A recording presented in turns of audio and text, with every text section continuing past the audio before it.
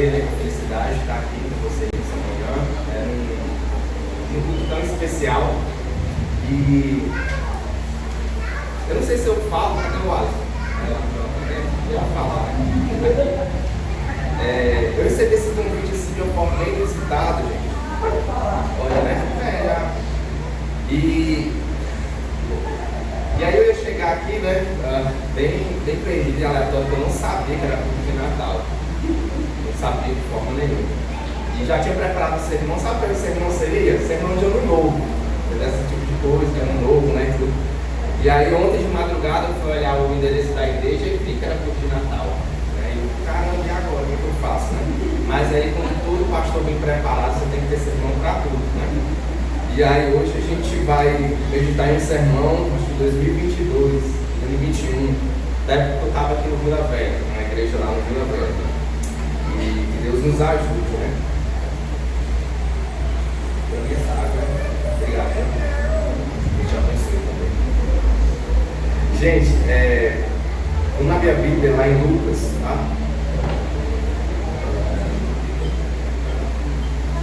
Capítulo de número 2.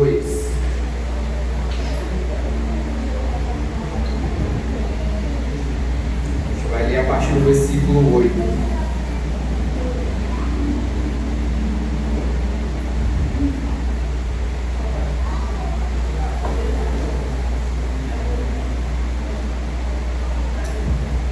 Diz assim a palavra do Senhor. Havia naquela mesma região pastores que viviam nos campos e guardavam seus rebanhos durante as vigílias da noite. E um anjo do Senhor desceu aonde eles estavam, e a glória do Senhor brilhou ao redor deles, e ficaram tomados de grande temor. O anjo, porém, lhes disse: não tenham medo, estou aqui para lhes trazer boa nova de grande alegria, que será para todo o povo. É que hoje, na cidade de Davi, lhes nasceu o Salvador, que é Cristo, o Senhor. E isto servirá a vocês de sinal. Vocês encontrarão uma criança envolta em faixas e deitada em manjedoura. E de repente apareceu com um anjo uma multidão do exército celestial, louvando a Deus e dizendo: glória a Deus nas maiores alturas e paz na terra entre os homens a quem Ele quer bem. Quando os anjos se afastaram deles e voltaram para o céu, os pastores disseram uns aos outros: vamos até Belém e vejamos os acontecimentos que o Senhor nos deu a conhecer. Amém. Vamos orar mais uma vez. Senhor nosso Deus, graças nós te damos nessa manhã pela Tua palavra, pela Tua revelação escrita aos nossos corações, pelo anúncio do nascimento do nosso Salvador Jesus Cristo. Nessa manhã nós nos colocamos diante da Tua presença, com o nosso coração aberto, diante da Tua palavra que está aberta, Senhor, e te pedimos que ela possa ler as nossas vidas, que o Teu Espírito Santo possa sondar os nossos corações, Pai. Em nome de Jesus, nós humildemente suplicamos a Tua ajuda e o Teu auxílio nessa manhã. É assim que nós oramos. Amém. Gente, eu não sei como é a sua relação com o Natal, sabe? E eu não sei se você na sua casa tem o costume de ter árvore, né? De você colocar os enfeites, colocar pisca-pisca. Eu não sei como é que você comemora esse período de Natal. E geralmente esse período de final de ano, e principalmente o período do Natal, ele é visto por dois extremos. Ou tem aquelas pessoas que amam de forma desenfreada, elas gastam todo o 13º com decoração, com presente, elas vão em todas as confraternizações possíveis, até daquelas pessoas que elas não gostam, elas vão em tudo.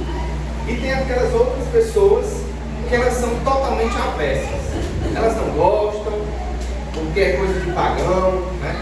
Árvore de Natal, presente, e aí elas são totalmente anti-espírito natalino. Eu não sei que tipo de pessoa você é, mas houve uma época na minha vida em que na minha casa costumava ter todos os símbolos de Natal, né? Na minha casa eu costumava ter os enfeites, as luzes, costumava ter as comidas diferentes, e basicamente na minha casa se comemorava eu, meu pai e a minha mãe. E nada de requinte, não tinha nada de sofisticação. Era aquele arroz com passas, eu não sei que time você é, mas a minha casa era com passas, todo mundo tinha que comer. Tinha aquele frango, tinha aquele salpicão. E eu tenho muitas boas lembranças da época de final de ano, e principalmente de Natal na minha casa. Porque o meu pai, como alguém que tinha um excelente gosto musical, ele me introduziu em boas músicas desde cedo. E aí na minha cabeça, no meu coração, quando vem Natal, eu lembro das músicas do YouTube, dos anos 80, meu pai colocava ali na minha casa pra gente ouvir.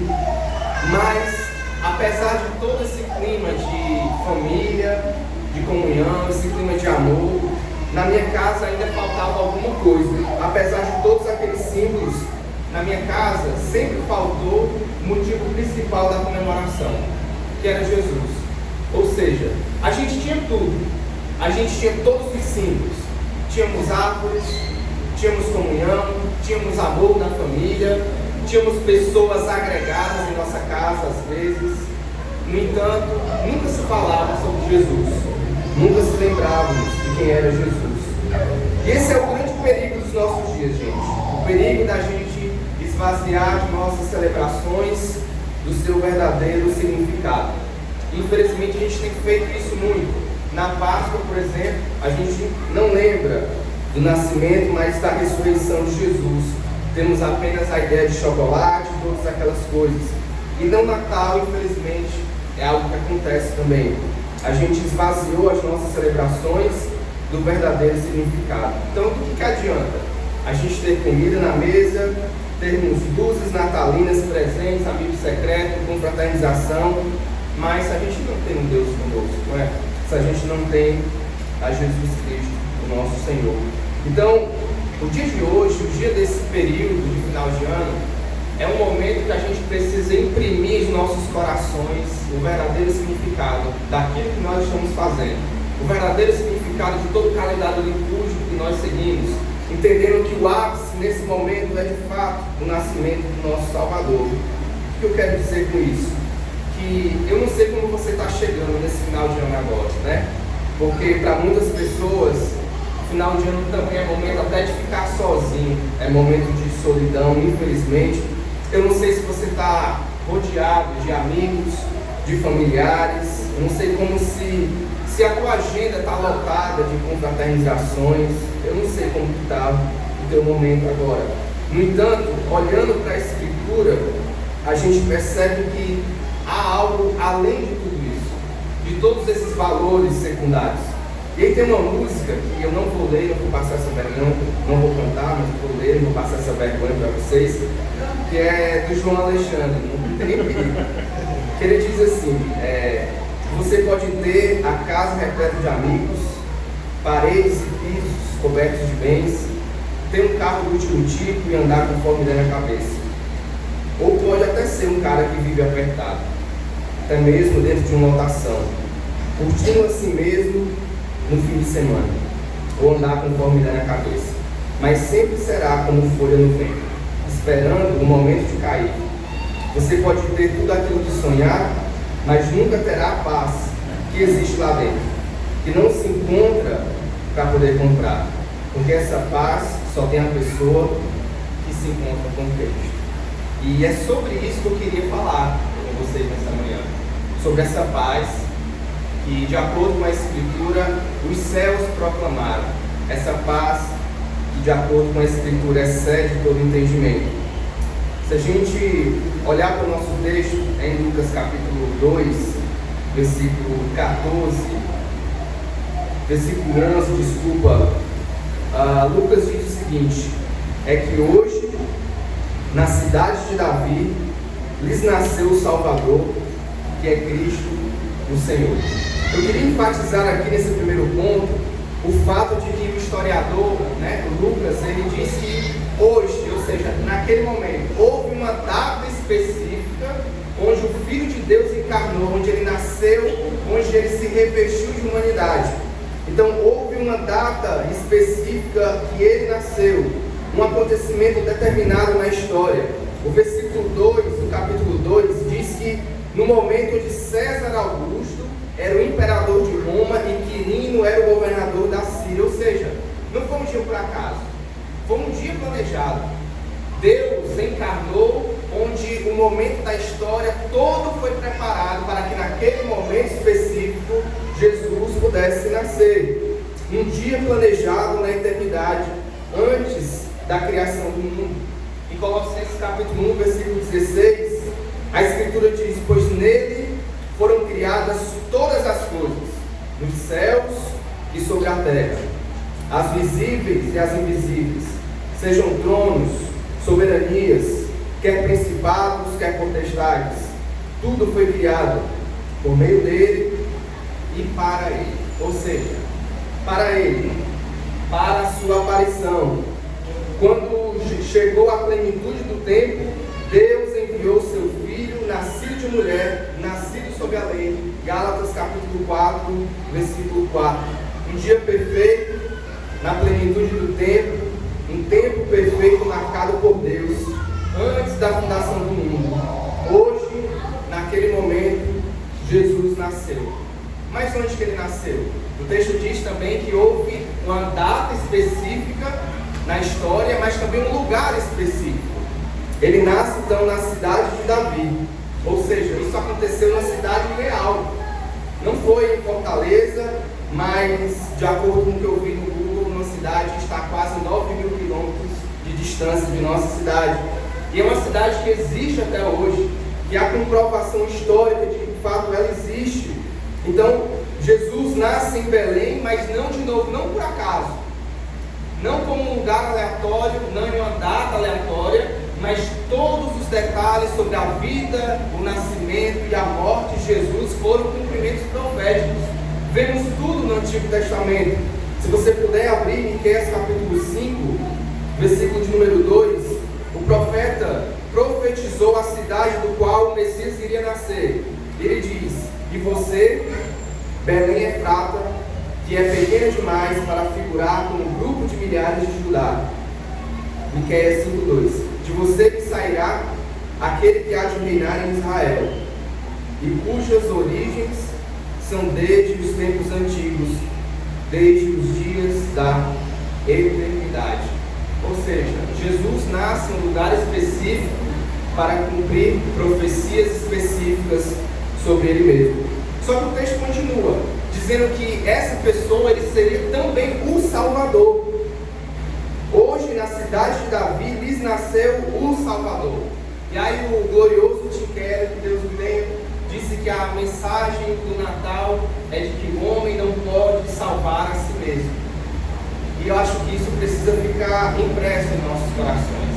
As pessoas precisam olhar para aquele ser que nasceu em uma manjedoura humilde, frágil, mas ali está totalmente a falibilidade humana. Ali encontramos em Jesus o fato de que eu e você, por mais que a gente tentasse com todas as nossas forças, e certamente você foi essa pessoa, como eu também fui, quando você começou a ser chamado por Deus, aí talvez você era evangelizado por alguém orava por você, te chamava para a igreja, aí talvez a sua resposta era: não vou agora não, eu quero me preparar mais, né? Eu quero deixar algumas coisas que eu tenho feito.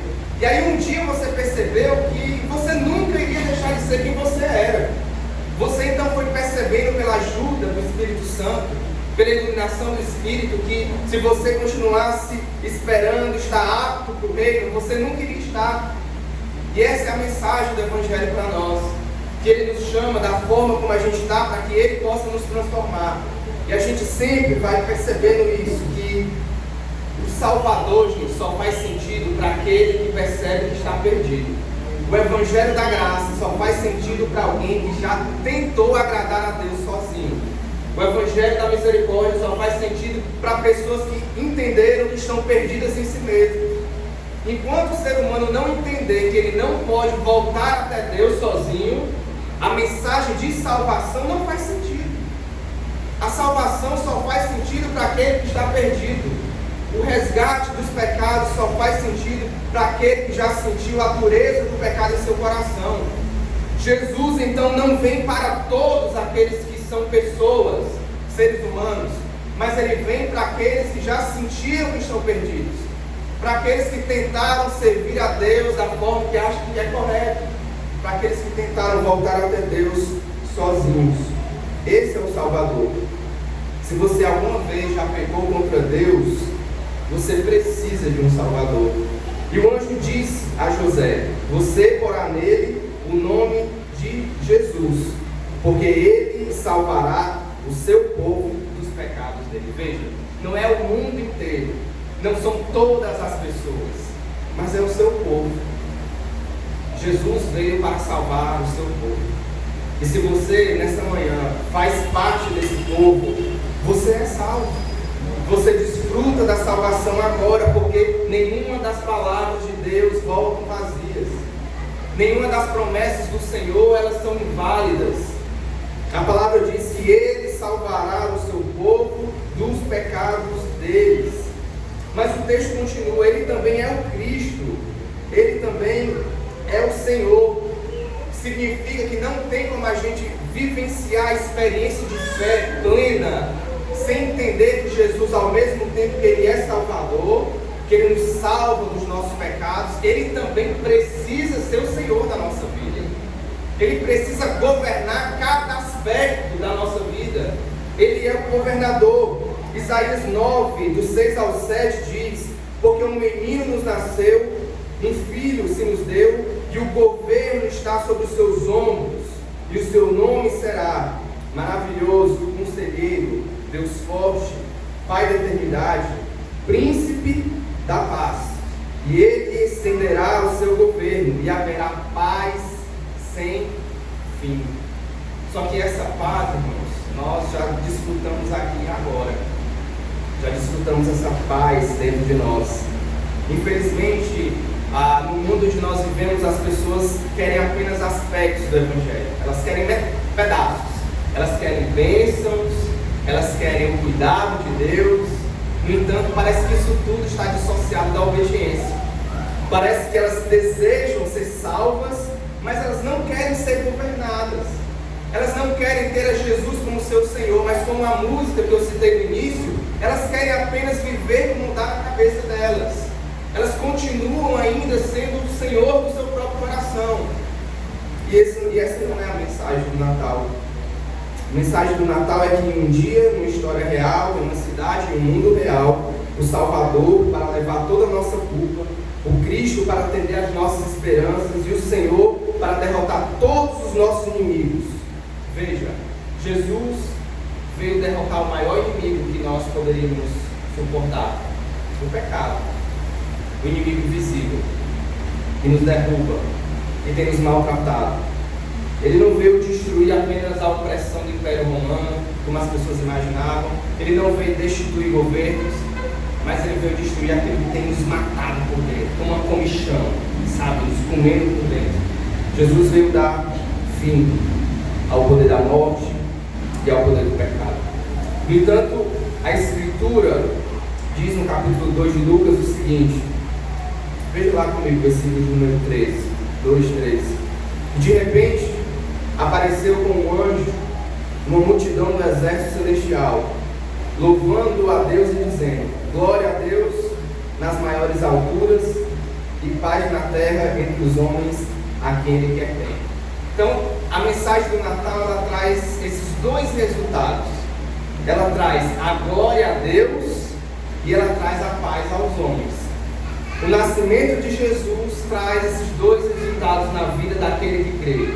Vai glória para Deus e como resultado vem também paz para nós, paz para os homens. A gente percebe que a chegada dessa criança é a maior revelação da glória de Deus, mesmo nos mais altos céus. E a vinda dessa criança é o que vai trazer paz ao povo de Deus. Eu costumo fazer um exercício de imaginação aqui, é claro que não tem na Escritura, mas certamente o nascimento de Jesus, o nascimento de Deus se revestindo como homem, certamente deve ter pego todos os céus de surpresa, porque certamente nunca iria se imaginar um Deus que faz isso, queridos, que se humilha, porque a humilhação de Cristo não foi apenas na cruz, na sua morte, ali foi o ápice da sua humilhação, mas a humilhação máxima de Jesus também é o fato dele se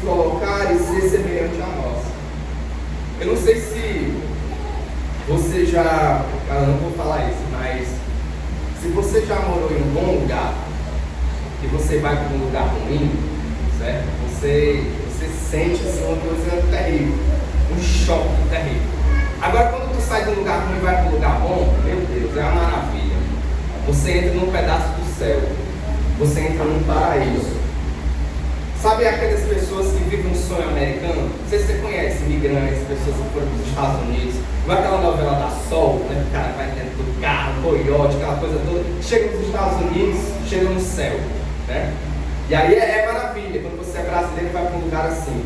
Mas e quando é o contrário? Quando você vai para um lugar terrível, um lugar péssimo, um lugar que não tem nada, um lugar paupérrimo, é difícil. Agora imaginemos o que Cristo precisou passar como Deus, vivendo nas mansões celestiais, vivendo na eterna bem-aventurança, na eterna comunhão com Deus Pai e com o Espírito Santo. Então o ser humano faz um grande problema para si, morrendo em seus próprios pecados. Ele é como que se os anjos no céu olhassem: agora o que nós fazemos? Deus então diz: eu vou resolver o problema. Cristo diz: eu vou descer, Pai, eu vou resolver o problema. Ele desce e ele faz tudo aquilo que é necessário. Você já parou para pensar nisso? Daquilo que Deus abriu mão por ser quem Ele é, por ser semelhante a nós. Deus precisou ser acalentado pela mulher como criança, precisou aprender a falar, precisou ir no banheiro, gente. Coisa, né? E tanto de humilhação o Senhor precisou passar por causa de cada um de nós. O texto de Isaías diz que Ele estenderá o seu governo e haverá paz sem fim. Ou seja, Deus é glorificado porque essa criança nasceu. E a paz é irradiada do céu para a terra, por todo lugar, porque essa criança foi recebida. A mensagem é que não adianta saber, e aí eu vivo muito isso no contexto onde eu estou. As pessoas dizem que têm fé em Jesus, elas gostam de ouvir a mensagem de Jesus, elas gostam de ouvir uma oração, elas gostam de ouvir a palavra de Deus. No entanto, não faz sentido nenhum se esse Jesus não está habitando de forma espiritual no coração de cada um que crê. Porque a fé não é apenas entender que Ele é real, que Ele nasceu em um lugar, em uma data específica. Acreditar em Deus, em Jesus, não é apenas isso. Acreditar nele é de fato depositar toda a nossa esperança, confiança e segurança em quem Ele é.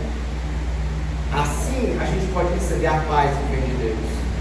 A paz só será experimentada no momento que Ele for Salvador pessoal, mas também o nosso Senhor pessoal. É assim que recebemos.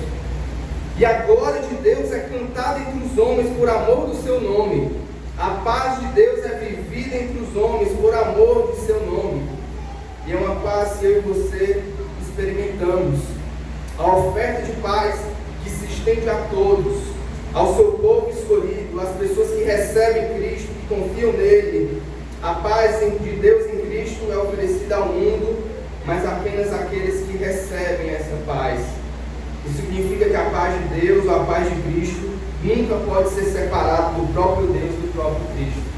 É impossível, então, a gente ter apenas os benefícios de quem Deus é, recebendo o seu cuidado, o seu amor, mas se a gente não tem Ele não pode dar algo onde Ele também não pode ser Senhor.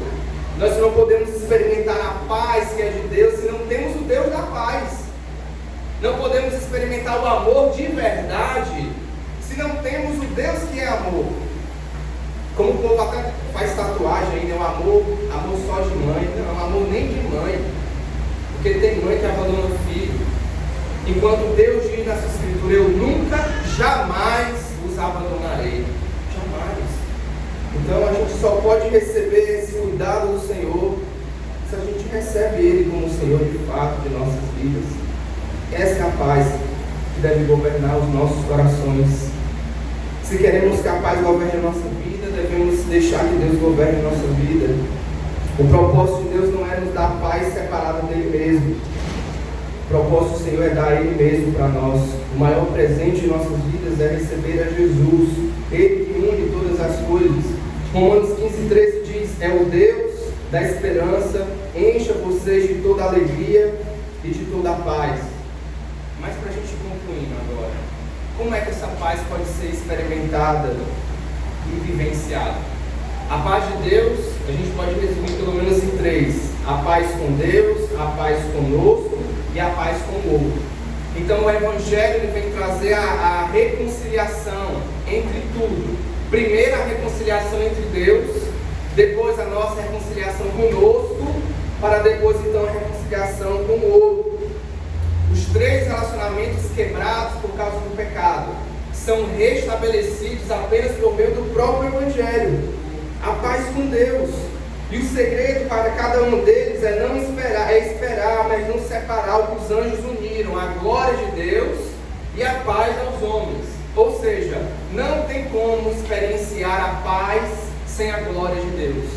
Não tem como ser alegre, totalmente satisfeito, completo nesse mundo, sem entender o que é a glória e viver para a glória de Deus. Não podemos encontrar descanso para as nossas almas enquanto a glória de Deus não for o alvo principal de nossas vidas.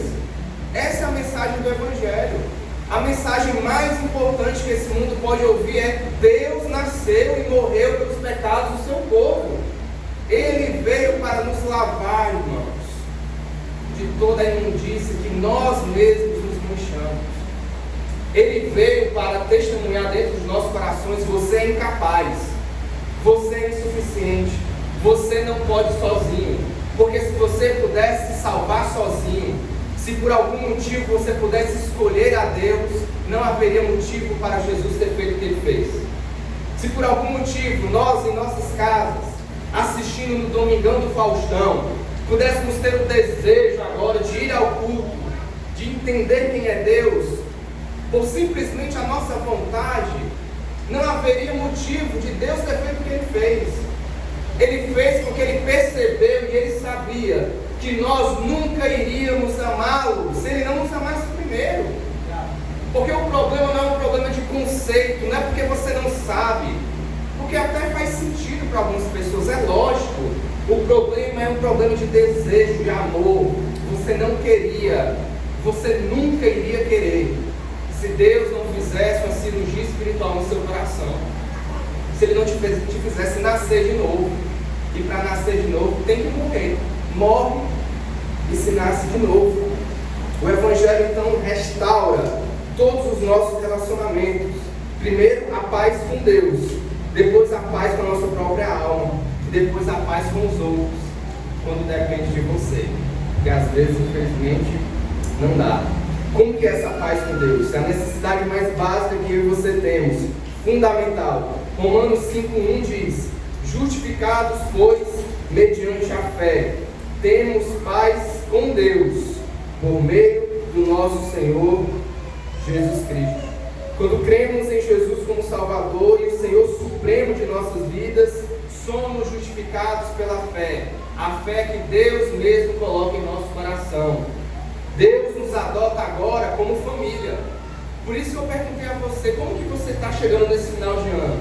Se você está rodeado de amigos, está rodeado de familiares, está rodeado de pessoas que você ama, ou você está sozinho, ou você está passando dificuldades com os seus relacionamentos.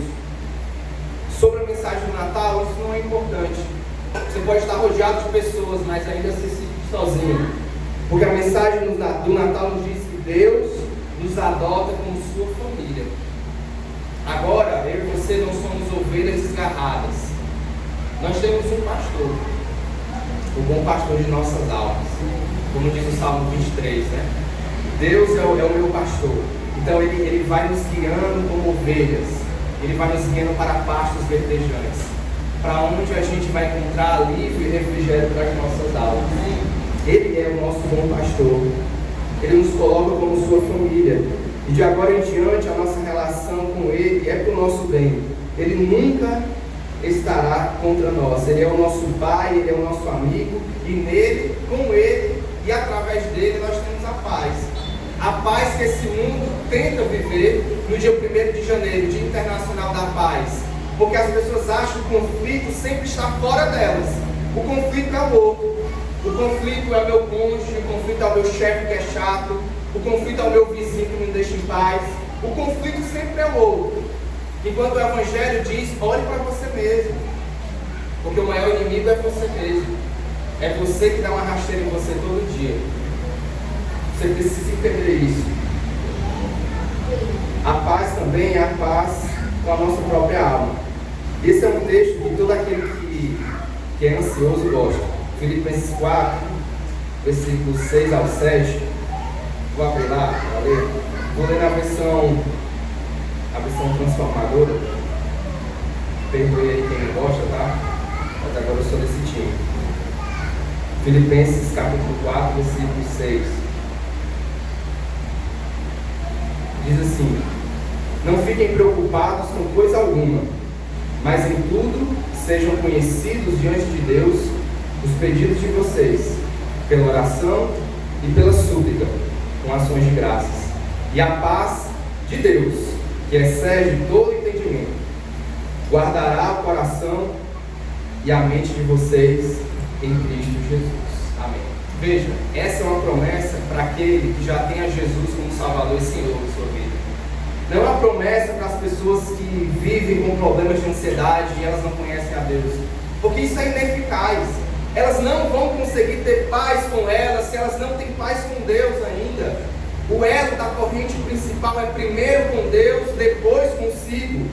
E a promessa para aquele que já tem a Jesus como seu Senhor é: não fiquem preocupados com coisa nenhuma. Por quê? Porque as nossas petições serão conhecidas diante de Deus, através de oração, de súplica. E ele diz, o resultado da oração, o resultado de apresentar diante de Deus é a paz. Mas não a paz dos homens. Como Jesus diz, a paz que eu vos dou não é a paz que o mundo dá. Ela excede todo entendimento, ou seja, ela é inimaginável. Ela é sem lógica, porque diante dos vendavais da vida, diante dos problemas que eu e você enfrentamos até chegar aqui, e nós sobrevivemos, gente. Estamos chegando no final de 2024. Que bênção, viu?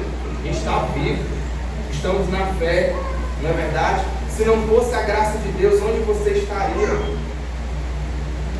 A palavra nos mostra isso, que a paz que excede todo entendimento, qual é o resultado? Ela vai guardar o nosso coração e a nossa mente em Cristo.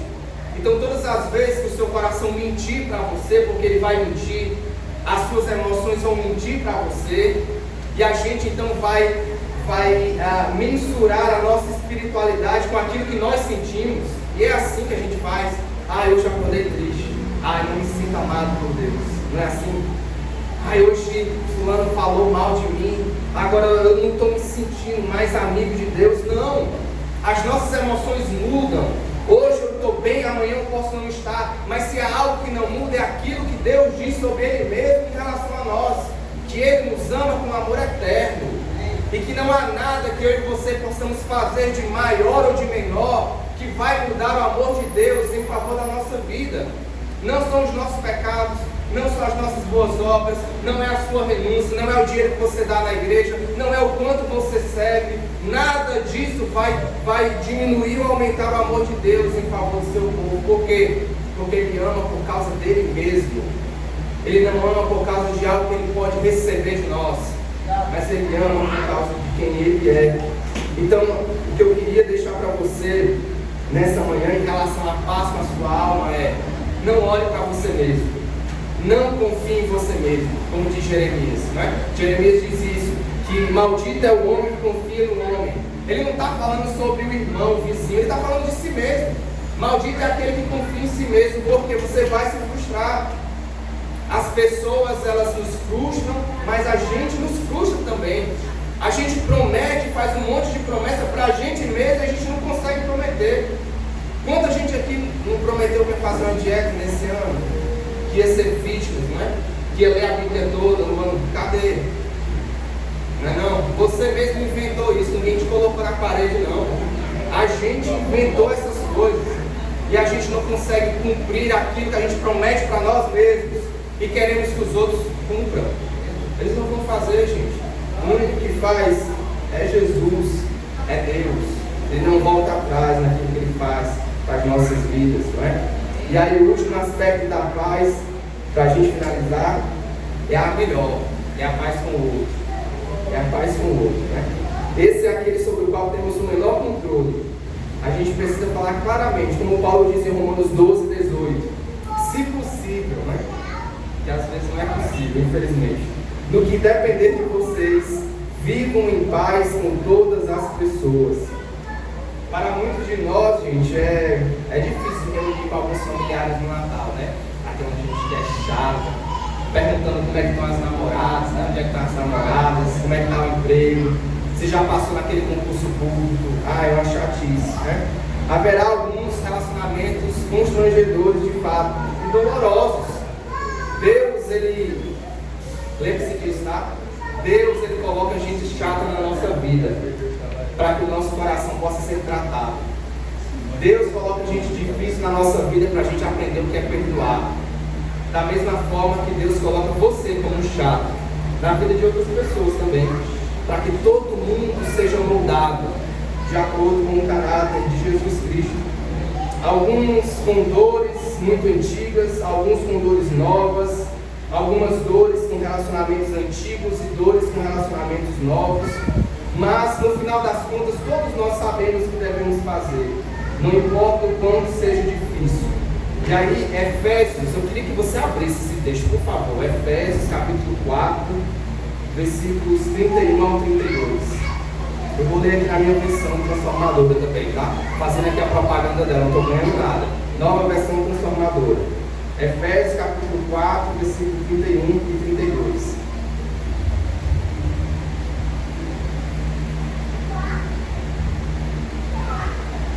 Diz o seguinte: que não haja no meio de vocês qualquer amargura, indignação, ira, gritaria e blasfêmia, bem como qualquer maldade. Pelo contrário, sejam bondosos e compassivos uns para com os outros, perdoando uns aos outros, como também Deus em Cristo perdoou vocês. Qual é a desculpa que a gente tem para não perdoar aqueles que nos maltrataram?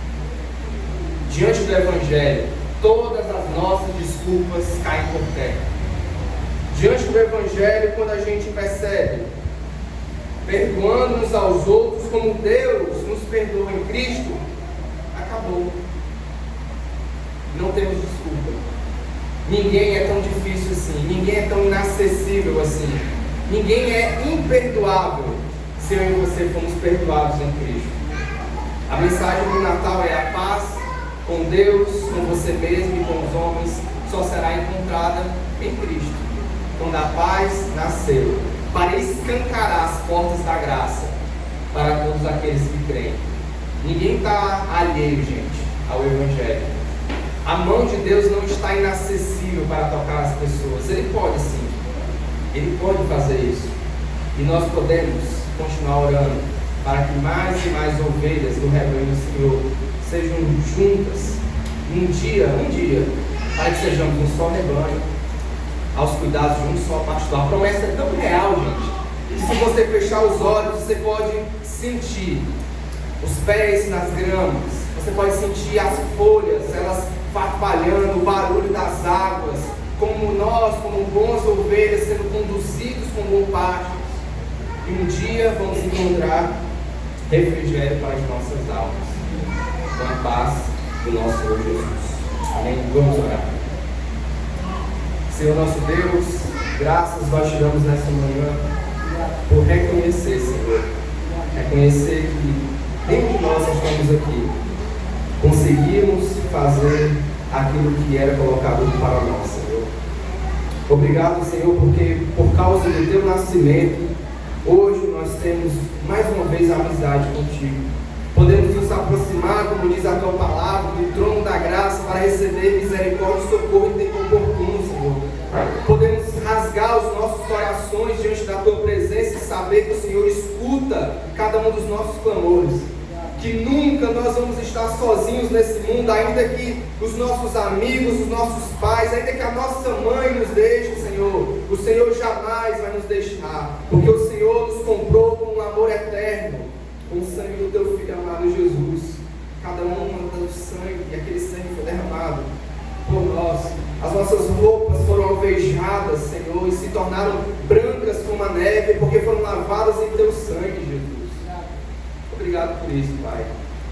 Escreve essas verdades no nosso coração.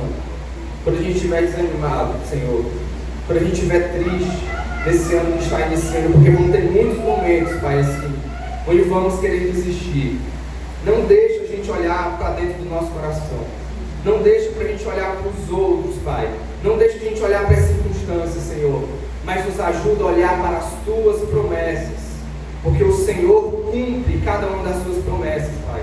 Podemos olhar para trás e saber que nunca fomos deixados sozinhos. O Senhor sempre esteve conosco. E porque o Senhor não estaria conosco no futuro. Obrigado pela Tua palavra, Senhor. Obrigado pelo Senhor ser quem o Senhor é em nossas vidas. Nós te glorificamos e recebemos a Tua paz nessa manhã, em nome de Jesus. Amém.